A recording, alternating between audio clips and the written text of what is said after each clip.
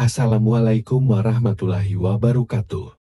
Dikala Umar bin Khattab memangku jabatan sebagai Amirul Mukminin, pernah datang kepadanya beberapa orang pendeta Yahudi.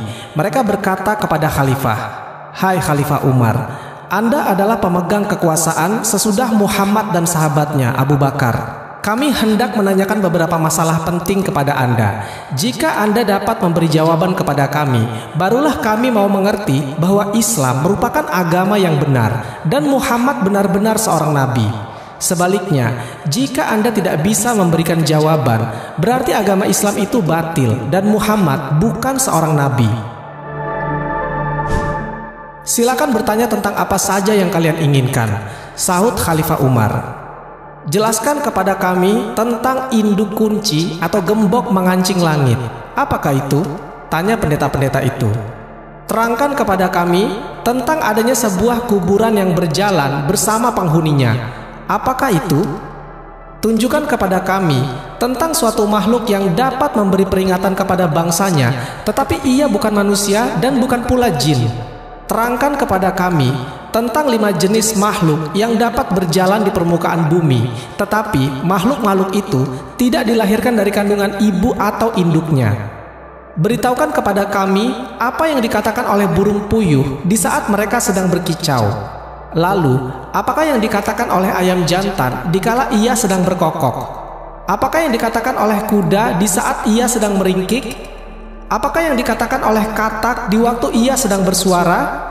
Apakah yang dikatakan oleh keledai di saat ia sedang meringkik? Dan apakah yang dikatakan oleh burung pipit pada waktu ia sedang berkicau?" Khalifah Umar menundukkan kepalanya untuk berpikir sejenak. Bagi Umar, jika ia menjawab tidak tahu atas pertanyaan-pertanyaan yang memang tidak diketahui jawabannya, itu bukan suatu hal yang memalukan. Melihat reaksi Umar yang terlihat tidak bisa menjawab pertanyaan tersebut, pendeta-pendeta Yahudi yang bertanya berdiri melonjak-lonjak kegirangan sambil berkata, "Sekarang kami bersaksi bahwa Muhammad memang bukan seorang nabi dan agama Islam itu adalah batil." Salman Al-Farisi yang saat itu ada di situ segera bangkit dan berkata kepada para pendeta-pendeta Yahudi itu, "Kalian tunggu sebentar, jangan terlalu cepat mengambil kesimpulan." Maka Salman cepat-cepat pergi ke rumah Ali bin Abi Thalib. Setelah bertemu, Salman berkata, "Ya Abul Hasan, selamatkanlah agama Islam." Ali yang bingung lalu bertanya, "Wahai Salman, ada apa memangnya?" Salman kemudian menceritakan apa yang sedang dihadapi oleh Khalifah Umar bin Khattab. Ali segera saja berangkat menuju ke rumah Khalifah Umar, berjalan lenggang memakai burdah peninggalan Rasulullah SAW. Ketika Umar melihat Ali bin Abi Thalib datang, ia bangun dari tempat duduk lalu buru-buru memeluknya sambil berkata, "Ya Abul Hasan, tiap ada kesulitan besar engkau selalu kupanggil." Setelah berhadap-hadapan dengan para pendeta yang sedang menunggu-nunggu jawaban itu, Ali bin Abi Thalib berkata, "Silakan kalian bertanya tentang apa saja yang kalian inginkan. Rasulullah SAW sudah mengajariku 1000 macam ilmu, dan tiap jenis dari ilmu-ilmu itu mempunyai 1000 macam cabang ilmu." Pendeta-pendeta Yahudi itu lalu mengulangi pertanyaan-pertanyaan mereka. Sebelum menjawab, Ali bin Abi Thalib berkata, "Aku ingin mengajukan suatu syarat kepada kalian, yaitu jika ternyata aku nanti sudah menjawab pertanyaan-pertanyaan kalian sesuai dengan yang ada di dalam Taurat, kalian harus memeluk agama kami dan beriman." "Iya, baik," jawab para pendeta Yahudi. "Sekarang tanyakanlah satu demi satu," kata Ali bin Abi Thalib. Mereka mulai bertanya, "Apakah induk kunci atau gembok yang mengancing pintu-pintu langit?" Induk kunci itu ialah syirik kepada Allah Subhanahu wa Ta'ala. Sebab semua hamba Allah Subhanahu wa Ta'ala, baik laki-laki ataupun wanita, jika ia bersyirik kepada Allah Subhanahu wa Ta'ala, maka amalannya tidak dapat naik sampai ke Allah Subhanahu wa Ta'ala. Para pendeta Yahudi bertanya lagi, "Anak kunci apakah yang dapat membuka pintu-pintu langit?" Ali bin Abi Thalib menjawab, "Anak kunci itu ialah kesaksian atau syahadat bahwa tiada Tuhan selain Allah dan Muhammad adalah Rasulullah." Para pendeta Yahudi itu saling pandang di antara mereka sambil berkata, "Orang itu benar juga." Mereka bertanya lebih lanjut, "Terangkanlah kepada kami tentang adanya sebuah kuburan yang dapat berjalan bersama penghuninya." Kuburan itu ialah ikan yang menelan Nabi Yunus bin Matta. Nabi Yunus dibawa keliling ke 7 samudra. Jawab Ali bin Abi Thalib. Pendeta-pendeta itu meneruskan pertanyaannya lagi. "Jelaskan kepada kami tentang makhluk yang dapat memberi peringatan kepada bangsanya, tetapi makhluk itu bukan manusia dan bukan jin." Ali bin Abi Thalib menjawab, "Makhluk itu ialah semut Nabi Sulaiman alaihissalam, putra Nabi Daud alaihissalam. Semut itu berkata kepada kaumnya, 'Hai para semut, masuklah ke dalam tempat kediaman kalian agar tidak diinjak-injak oleh Sulaiman dan pasukannya dalam keadaan mereka tidak sadar.'" Para pendeta Yahudi itu meneruskan pertanyaannya, "Beritahukan kepada kami tentang 5 jenis makhluk yang berjalan di atas permukaan bumi, tetapi tidak satupun di antara makhluk-makhluk itu yang dilahirkan dari kandungan ibunya atau induknya." Ali bin Abi Thalib menjawab, 5 makhluk itu ialah: pertama, Adam; kedua, Hawa; ketiga, unta Nabi Saleh; keempat, domba Nabi Ibrahim; kelima, tongkat Nabi Musa yang menjelma menjadi seekor ular. 2 di antara 3 orang pendeta Yahudi itu setelah mendengar jawaban-jawaban serta penjelasan yang diberikan oleh Sayyidina Ali lalu mengatakan, "Kami bersaksi bahwa tidak Tuhan selain Allah dan Muhammad adalah Rasulullah." Tetapi seorang pendeta lainnya bangun berdiri sambil berkata kepada Ali bin Abi Thalib, "Hai Ali, hati teman-temanku sudah dihinggapi oleh sesuatu yang sama seperti iman dan keyakinan mengenai benarnya agama Islam. Sekarang masih ada satu hal lagi yang ingin kutanyakan kepada Anda." "Tanyakanlah apa saja yang kau inginkan," sahut Sayyidina Ali. "Coba terangkan kepadaku tentang sejumlah orang yang pada zaman dahulu sudah mati selama 309 tahun, kemudian dihidupkan kembali oleh Allah. Bagaimana hikayat tentang mereka itu?" tanya pendeta tadi. Ali bin Abi Thalib menjawab, "Hai pendeta Yahudi, mereka itu ialah para penghuni surga. Hikayat tentang mereka itu sudah dikisahkan oleh Allah Subhanahu wa Ta'ala kepada Rasul-Nya. Jika engkau mau, akan kubacakan kisah mereka itu." Pendeta Yahudi itu menyahut, "Aku sudah banyak mendengar tentang Quran kalian itu. Jika engkau memang benar-benar tahu, coba sebutkan nama-nama mereka, nama ayah-ayah mereka, nama kota mereka, nama raja mereka, nama anjing mereka, nama gunung serta gua mereka, dan semua kisah mereka dari awal sampai akhir." Ali bin Abi Thalib kemudian membetulkan duduknya, menekuk lututnya ke depan perut, lalu ditopangnya dengan burdah yang diikatkannya ke pinggang. Lalu ia berkata, "Hai saudara Yahudi, Muhammad Rasulullah kekasihku telah menceritakan kepadaku bahwa kisah itu terjadi di negeri Romawi, di sebuah kota bernama Apesus, atau disebut juga dengan nama Tarsus. Tetapi nama kota itu pada zaman dahulu adalah Apesus. Baru setelah Islam datang, kota itu berubah nama menjadi Tarsus. Penduduk negeri itu dahulunya mempunyai seorang raja yang baik. Setelah raja itu meninggal dunia, berita kematiannya didengar oleh seorang raja Persia yang bernama Dikyanius. Ia seorang raja kafir yang amat congkak dan zalim. Ia datang menyerbu negeri itu dengan kekuatan pasukannya dan akhirnya berhasil menguasai kota Apesus. Olehnya kota itu dijadikan ibu kota kerajaan, lalu dibangunlah sebuah istana. Baru sampai di situ, pendeta Yahudi yang bertanya itu berdiri, terus bertanya, "Jika engkau benar-benar tahu, coba terangkan kepadaku bentuk dari istana itu, bagaimana serambi dan ruangan-ruangannya." Ali bin Abi Thalib menerangkan, "Hai saudara Yahudi, raja itu membangun istana yang sangat megah, terbuat dari batu marmer. Panjangnya 1 farsah dan lebarnya pun 1 farsah. Pilar-pilarnya yang berjumlah 1000 buah semuanya terbuat dari emas, dan lampu-lampu yang berjumlah 1000 buah semuanya juga terbuat dari emas. Lampu-lampu itu bergelantungan pada rantai-rantai yang terbuat dari perak. Tiap malam apinya dinyalakan dengan sejenis minyak yang harum baunya. Di sebelah timur serambi dibuat lubang-lubang cahaya sebanyak 100 buah. Demikian pula di sebelah baratnya, sehingga matahari sejak mulai terbit sampai terbenam selalu dapat menerangi serambi itu. Raja itu pun membuat sebuah singgasana dari emas. panjangnya 80 hasta dan lebarnya 40 hasta. Di sebelah kanannya tersedia 8 buah kursi, semuanya terbuat dari emas. Disitulah para hulu balang kerajaan duduk. Di sebelah kirinya juga disediakan 8 buah kursi terbuat dari emas untuk duduk para pepatih dan penguasa-penguasa tinggi lainnya. Raja duduk di atas singgasana dengan mengenakan mahkota di atas kepala. Sampai di situ, pendeta yang bersangkutan berdiri lagi sambil berkata, "Jika engkau benar-benar tahu, coba terangkan kepadaku, terbuat dari apa mahkota raja itu?" Dengan lugas, Ali menjawab, "Hai saudara Yahudi, mahkota raja itu terbuat dari kepingan-kepingan emas, berkaki 9 buah, dan tiap kakinya bertaburan mutiara yang memantulkan cahaya, laksana bintang-bintang menerangi kegelapan malam. Raja itu juga mempunyai 50 orang pelayan, terdiri dari anak-anak para hulu balang.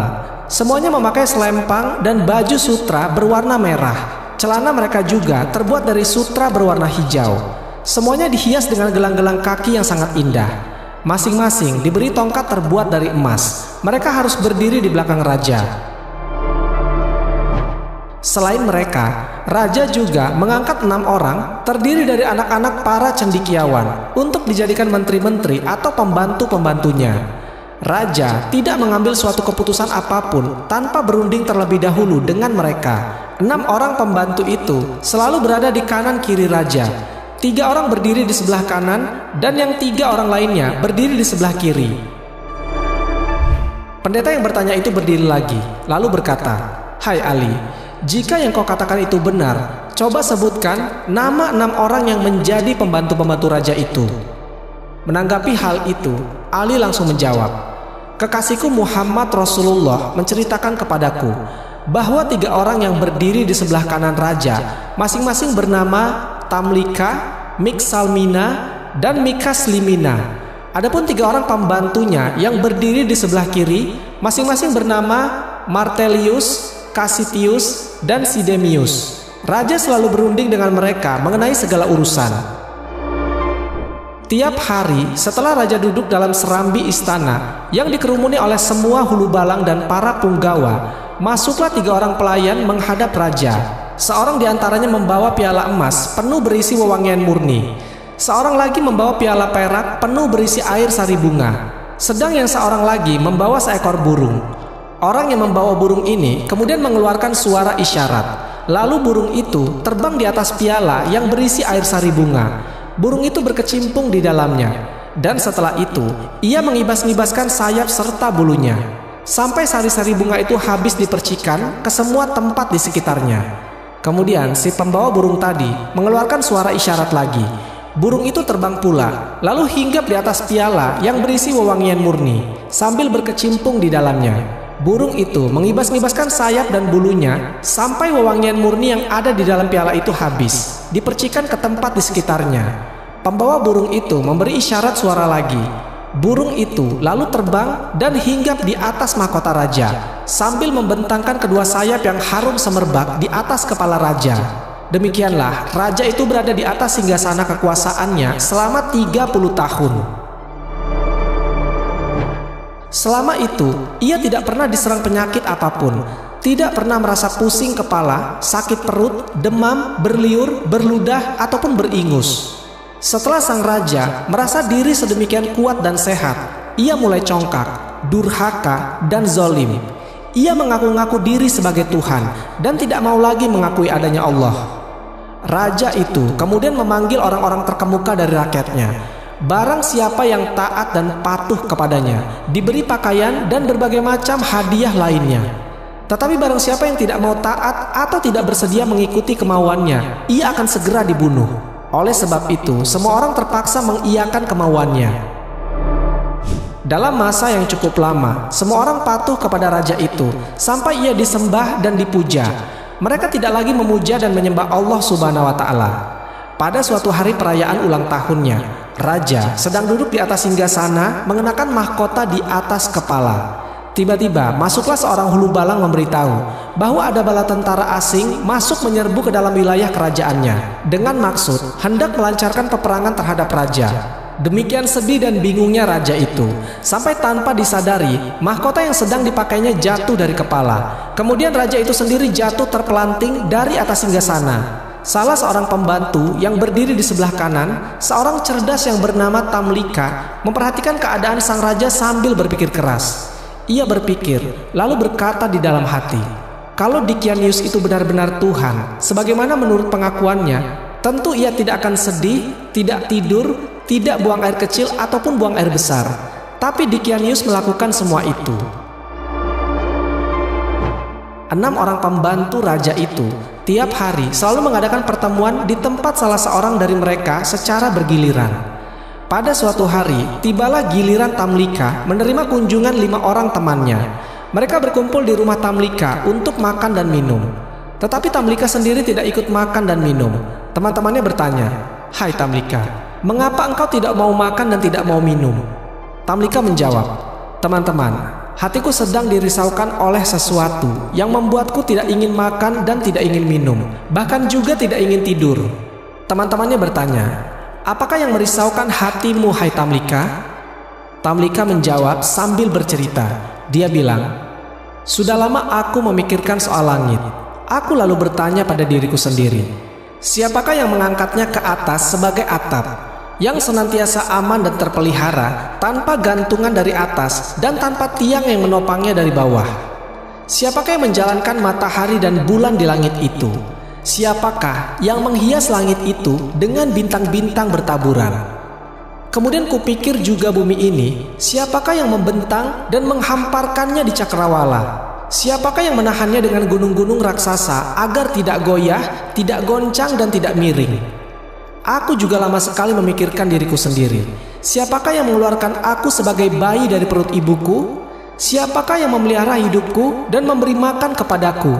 Semuanya itu pasti ada yang membuat, dan sudah tentu bukan Dicanius." Teman-teman Tamlika lalu bertekuk lutut di hadapannya. 2 kaki Tamlika diciumi sambil berkata, "Hai Tamlika, dalam hati kami sekarang terasa sesuatu seperti apa yang ada di dalam hatimu. Oleh karena itu, baiklah, engkau tunjukkan jalan keluar bagi kita semua." Tamlika berkata, "Saudara-saudara, baik aku maupun kalian tidak menemukan akal selain harus lari meninggalkan raja yang zalim itu, pergi kepada Raja Pencipta langit dan bumi." "Kami setuju dengan pendapatmu," sahut teman-temannya.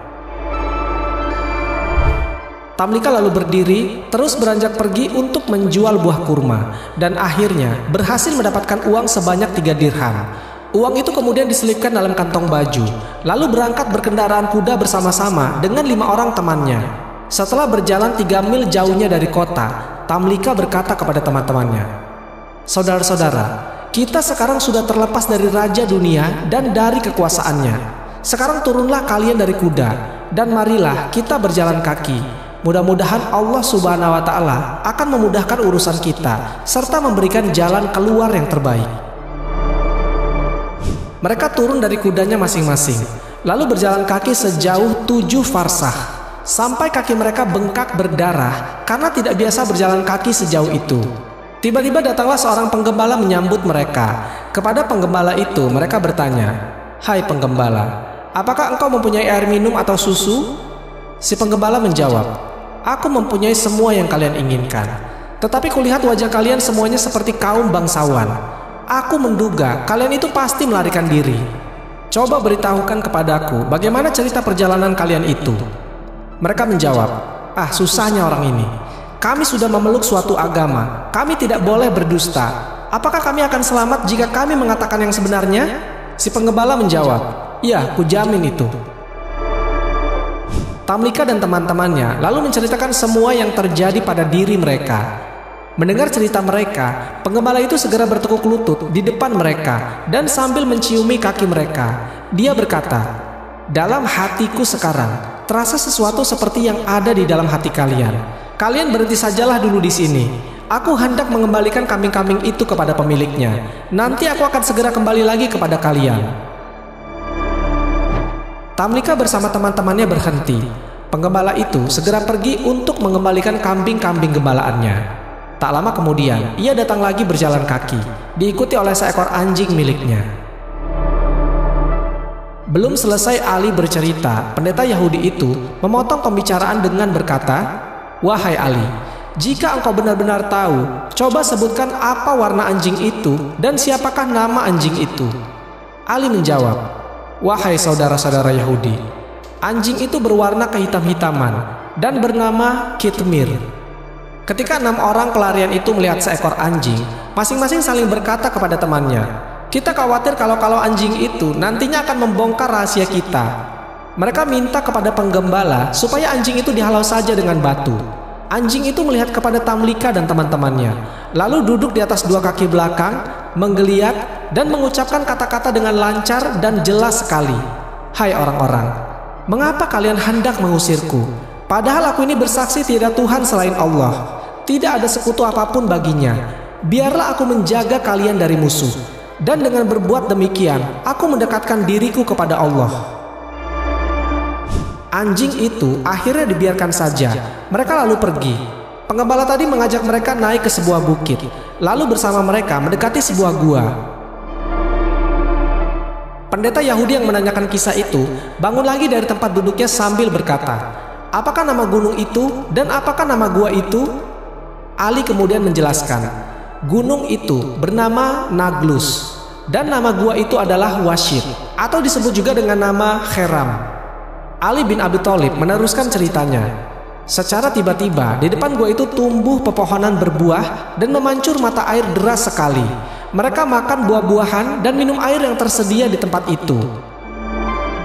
Setelah tiba waktu malam, mereka masuk berlindung di dalam gua, sedangkan anjing yang sejak tadi mengikuti mereka berjaga-jaga duduk sambil menjulurkan 2 kaki depan untuk menghalang-halangi pintu gua.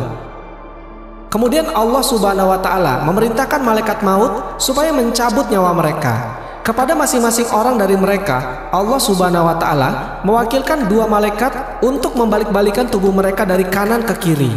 Allah Subhanahu wa Ta'ala lalu memerintahkan matahari supaya pada saat terbit condong memancarkan sinarnya ke dalam gua dari arah kanan, dan pada saat hampir terbenam supaya sinarnya mulai meninggalkan mereka dari arah kiri. Suatu ketika, waktu Raja Dikianius baru saja selesai berpesta, ia bertanya tentang 6 orang pembantunya. Ia mendapat jawaban bahwa mereka itu melarikan diri.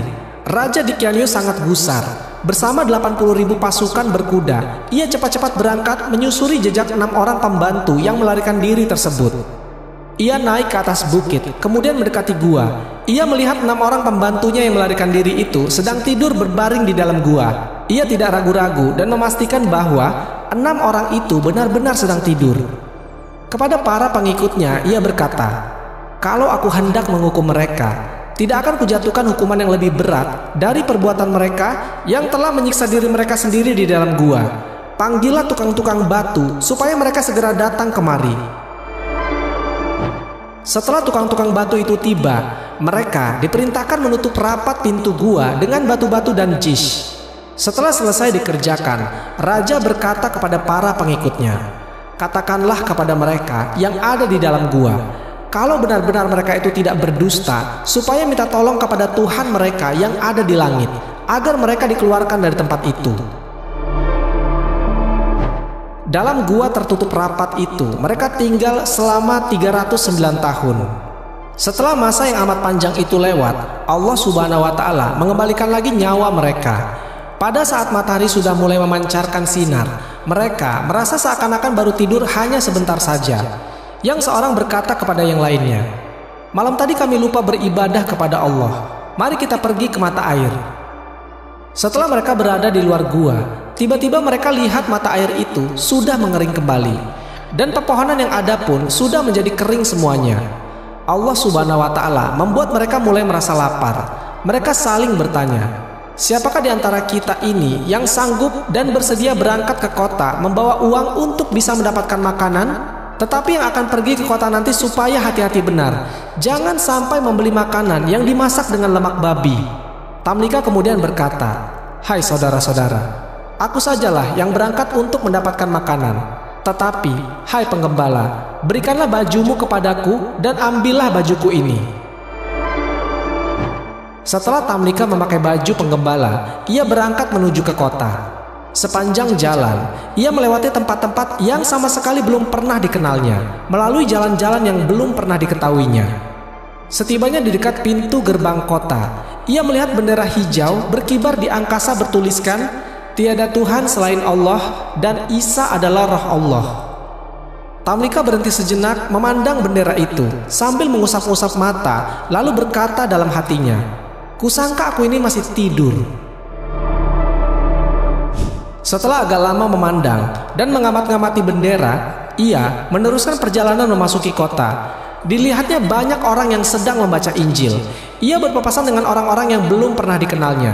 Setibanya di sebuah pasar, ia bertanya kepada seorang penjual roti, "Hai tukang roti, apakah nama kota kalian ini?" "Apesus," jawab penjual roti itu. "Siapakah nama raja kalian?" tanya Tamlika lagi. "Abdurrahman," jawab penjual roti. Tamlika berkata, "Kalau yang kau katakan itu benar, bagiku ini sungguh aneh sekali. Ambillah uang ini dan berilah makanan kepadaku." Melihat uang itu, penjual roti keheran-heran karena uang yang dibawa Tamlika itu uang zaman lampau yang ukurannya lebih besar dan lebih berat. Pendeta Yahudi yang bertanya itu kemudian berdiri lagi, lalu berkata kepada Ali bin Abi Thalib, "Hai Ali, kalau benar-benar engkau mengetahui, coba terangkan kepadaku berapa nilai uang lama itu dibanding dengan uang baru."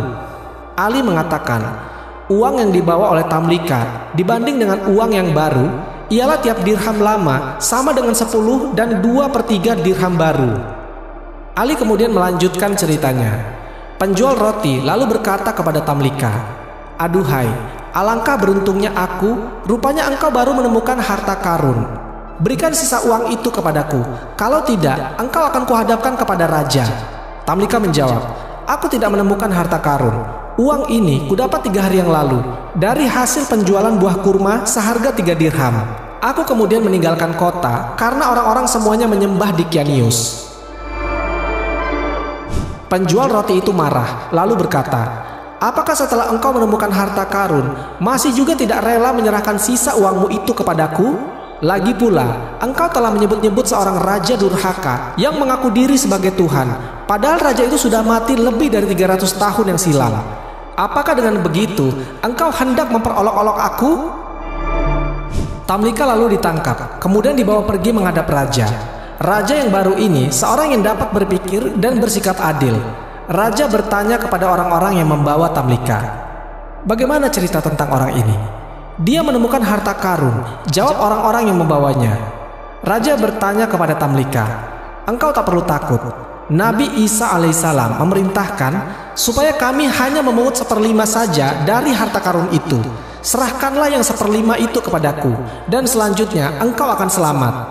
Tamlika menjawab, "Baginda, aku sama sekali tidak menemukan harta karun. Aku adalah penduduk kota ini." Raja bertanya sambil keheran-heran, "Engkau penduduk kota ini?" "Iya benar," sahut Tamlika. "Adakah orang yang kau kenal?" tanya raja lagi. "Iya ada," jawab Tamlika. "Coba sebutkan siapa namanya," perintah raja. Tamlika menyebutkan nama-nama kurang lebih 1000 orang, tetapi tak ada satu nama pun yang dikenal oleh raja atau oleh orang lain yang hadir mendengarkan. Mereka berkata, semua itu bukan nama-nama orang yang hidup di zaman kita sekarang. Tetapi, apakah engkau mempunyai rumah di kota ini?" Tamlika menjawab, "Iya tuanku, utuslah seseorang untuk ikut denganku." Raja kemudian memerintahkan beberapa orang untuk mengikuti Tamlika pergi. Oleh Tamlika, mereka diajak menuju sebuah rumah yang paling tinggi di kota itu. Setibanya di sana, Tamlika berkata kepada orang yang mengantarkannya, "Inilah rumahku." Pintu rumah itu lalu diketuk. Keluarlah seseorang laki-laki yang sudah sangat lanjut usia. Sepasang alis di bawah keningnya sudah sedemikian putih dan mengkerut hampir menutupi mata karena sudah terlampau tua. Ia terperanjat ketakutan lalu bertanya kepada orang-orang yang datang, "Kalian ada perlu apa?" Utusan raja yang mengikuti Tamlika menjawab, "Anak muda ini mengaku rumah ini adalah rumahnya." Orang tua itu marah, memandang kepada Tamlika sambil mengamat-ngamati. Ia bertanya, "Siapa namamu?" Tamlika menjawab, "Aku Tamlika, anak Filistin." Orang tua itu berkata lagi, "Coba ulangi lagi."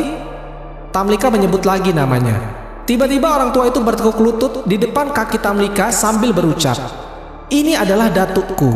Demi Allah, ia salah seorang di antara orang-orang yang melarikan diri dari Dicanius, Raja Durhaka." Kemudian diteruskannya dengan suara haru, "Ia lari berlindung kepada Yang Maha Perkasa, pencipta langit dan bumi. Nabi kita, Isa alaihissalam, dahulu telah memberitahukan kisah mereka kepada kita dan mengatakan bahwa mereka itu akan hidup kembali." Peristiwa yang terjadi di rumah orang tua itu kemudian dilaporkan kepada raja. Dengan menunggang kuda, raja segera datang menuju ke tempat Tamlika yang sedang berada di rumah orang tua tadi. Setelah melihat Tamlika, raja segera turun dari kuda. Sang raja mengangkat Tamlika ke atas pundaknya. Sedangkan orang banyak beramai-ramai menciumi tangan dan kaki Tamlika sambil bertanya-tanya, "Hai Tamlika, bagaimana keadaan teman-temanmu?" Tamlika pun memberitahu kepada mereka bahwa semua temannya masih berada di dalam gua. Pada masa itu, kota Apesus diurus oleh 2 orang bangsawan istana. 2 orang bangsawan itu bersama pengikutnya, satu beragama Islam, satunya beragama Nasrani. Masing-masing pergi membawa Tamlika menuju ke sebuah gua. Demikian Sayyidina Ali melanjutkan ceritanya. Teman-teman Tamlika semuanya berada di dalam gua itu. Setibanya dekat gua, Tamlika berkata kepada 2 orang bangsawan dan para pengikut mereka, "Aku khawatir kalau sampai teman-temanku mendengar suara tapak kuda atau gemerincing senjata, mereka pasti menduga Dicanius yang datang dan mereka bakal mati semua. Oleh karena itu, kalian berhenti saja di sini. Biarlah aku sendiri yang akan menemui dan memberitahu mereka." Semua berhenti menunggu dan Tamlika masuk seorang diri ke dalam gua. Melihat Tamlika datang, teman-temannya berdiri kegirangan dan Tamlika dipeluk kuat-kuat.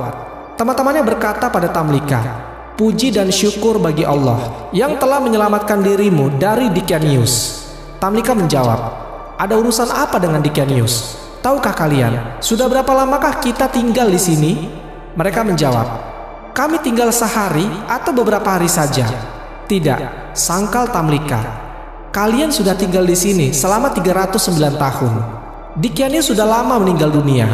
Generasi demi generasi sudah lewat silih berganti dan penduduk kota itu sudah beriman kepada Allah yang Maha Agung. Mereka sekarang datang untuk bertemu dengan kalian." Lalu teman-teman Tamlika berkata, "Hai Tamlika, apakah engkau hendak menjadikan kami ini orang-orang yang menggemparkan seluruh jagat?" Tamlika bertanya, "Lalu apa yang kalian inginkan?" Mereka menjawab, "Angkatlah tanganmu ke atas dan kami pun akan berbuat seperti itu juga." Mereka bertujuh semua mengangkat tangan ke atas kemudian berdoa, "Ya Allah, dengan kebenaran yang telah Kau perlihatkan kepada kami tentang keanehan-keanehan yang kami alami sekarang ini, cabutlah kembali nyawa kami tanpa sepengetahuan orang lain." Allah Subhanahu wa Ta'ala mengabulkan permohonan mereka, lalu memerintahkan malaikat maut mencabut kembali nyawa mereka. Kemudian Allah Subhanahu wa Ta'ala melenyapkan pintu gua tanpa bekas. 2 orang bangsawan yang menunggu-nunggu segera maju mendekati gua, berputar-putar selama 7 hari untuk mencari-cari pintunya, tetapi tidak berhasil. Tak dapat ditemukan lubang atau jalan masuk lainnya ke dalam gua. Pada saat itu, 2 orang bangsawan tadi yakin tentang betapa hebatnya kekuasaan Allah Subhanahu wa Ta'ala. 2 orang bangsawan itu memandang semua peristiwa yang dialami oleh para penghuni gua sebagai peringatan yang diperlihatkan Allah Subhanahu wa Ta'ala kepada mereka. Bangsawan yang beragama Islam lalu berkata, "Mereka mati dalam keadaan memeluk agamaku. Akan kudirikan sebuah tempat ibadah di pintu gua itu." Sedang bangsawan yang beragama Nasrani berkata pula, "Mereka mati dalam keadaan memeluk agamaku. Akan kudirikan sebuah biara di pintu gua itu." 2 orang bangsawan itu bertengkar, dan setelah melalui pertikaian senjata, akhirnya bangsawan Nasrani terkalahkan oleh bangsawan yang beragama Islam. Sampai di situ, Ali bin Abi Thalib berhenti menceritakan kisah para penghuni gua, kemudian berkata kepada pendeta Yahudi yang menanyakan kisah itu, "Itulah hai Yahudi, apa yang telah terjadi dalam kisah mereka? Demi Allah, sekarang aku hendak bertanya kepadamu, apakah semua yang kuceritakan itu sesuai dengan apa yang tercantum dalam Taurat kalian?" Pendeta Yahudi itu menjawab, "Ya Abul Hasan, engkau tidak menambah dan tidak mengurangi, walaupun satu huruf pun. Sekarang engkau jangan menyebut diriku sebagai orang Yahudi, sebab aku telah bersaksi bahwa tiada Tuhan selain Allah dan bahwa Muhammad adalah hamba Allah serta Rasul-Nya. Aku pun bersaksi juga bahwa engkau orang yang paling berilmu di kalangan umat ini. Ingatlah, tatkala pemuda-pemuda itu mencari tempat berlindung ke dalam gua, lalu mereka berdoa, "Wahai Tuhan kami, berikanlah rahmat kepada kami dari sisimu, dan sempurnakanlah bagi kami petunjuk yang lurus dalam urusan kami ini." Al-Quran Surat Al-Kahfi ayat ke-10. Wallahu a'lam bishawab. Semoga kisah ini bermanfaat. Lebih dan kurangnya mohon dimaafkan. Yang benar datangnya dari Allah Subhanahu wa Ta'ala, khilaf atau keliru itu datangnya dari saya pribadi sebagai manusia biasa. Sampai ketemu di kisah-kisah seru yang penuh makna selanjutnya. Saya akhiri. Wassalamualaikum warahmatullahi wabarakatuh.